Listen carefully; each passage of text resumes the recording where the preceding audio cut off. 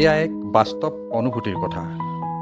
চাবলৈ গ'লে পথ মাথো শিল বালি বা আলকতৰাৰ এক নিৰ্জীৱ সমাহাৰ নহয়। পথ হ'ল জীৱৰ জীৱনৰ স্পন্দন। পথ হ'ল এক নীৰৱ দৰ্শক, যিয়ে যুগ যুগ ধৰি মানুহৰ সুখ দুখ আশা আকাংক্ষা সপোনবোৰক এক নতুন লক্ষ্য দেখুৱাই আহিছে।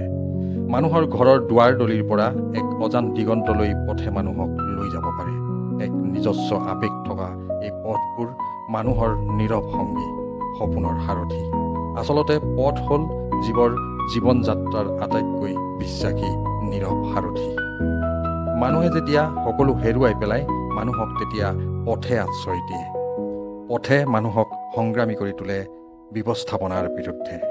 মানুহে যেতিয়া নিৰাপত্তাহীনতাত ভোগে, তেতিয়া মানুহে পথলৈ ওলাই আহে, আন্দোলন কৰে, প্ৰতিবাদ কৰে।